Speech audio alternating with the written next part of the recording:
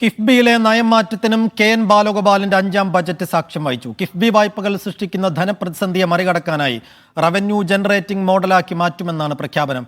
ഇടത്തരം വരുമാനക്കാർക്കായുള്ള പുതിയ പാർപ്പിട പദ്ധതിയുടെ പ്രഖ്യാപനം സർക്കാരിന്റെ പുതിയ നയമായി മാറി.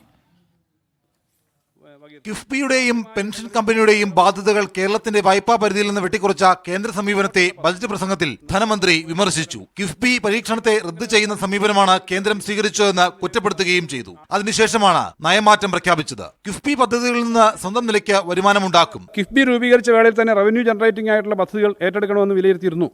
കിഫ്ബിയുടെ പ്രവർത്തന മൂലധനത്തിന്റെ ഒരു ഭാഗം സർക്കാരിൽ നിന്ന് ബജറ്റ് വിഹിതമായി ലഭിക്കുന്നുണ്ടെങ്കിലും വലിയൊരു ഭാഗം തുക കടമെടുക്കുകയാണ്.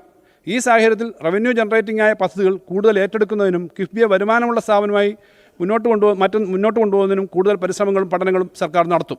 ടോളും യൂസർ ഫീയും അടക്കം ഏർപ്പെടുത്തുന്നതിന്റെ അരങ്ങൊരുക്കലാണ് പ്രഖ്യാപനം. അവശ്യ വിഭാഗങ്ങളുടെ ഭവന സ്വപ്നങ്ങൾക്ക് ലൈഫിലൂടെ കൈത്താങ്ങായതിന് സമാനമായി ഇടത്തരം വരുമാനക്കാർക്കായി പുതിയ ഭവന പദ്ധതിയും കെ.എൻ. ബാലഗോപാൽ ഇന്ന് പ്രഖ്യാപിച്ചു. നഗര ഗ്രാമപ്രദേശങ്ങളിൽ റെസിഡൻഷ്യൽ കോംപ്ലക്സുകൾ നിർമ്മിക്കുന്നതാണ് സഹകരണ ഭവന പദ്ധതി.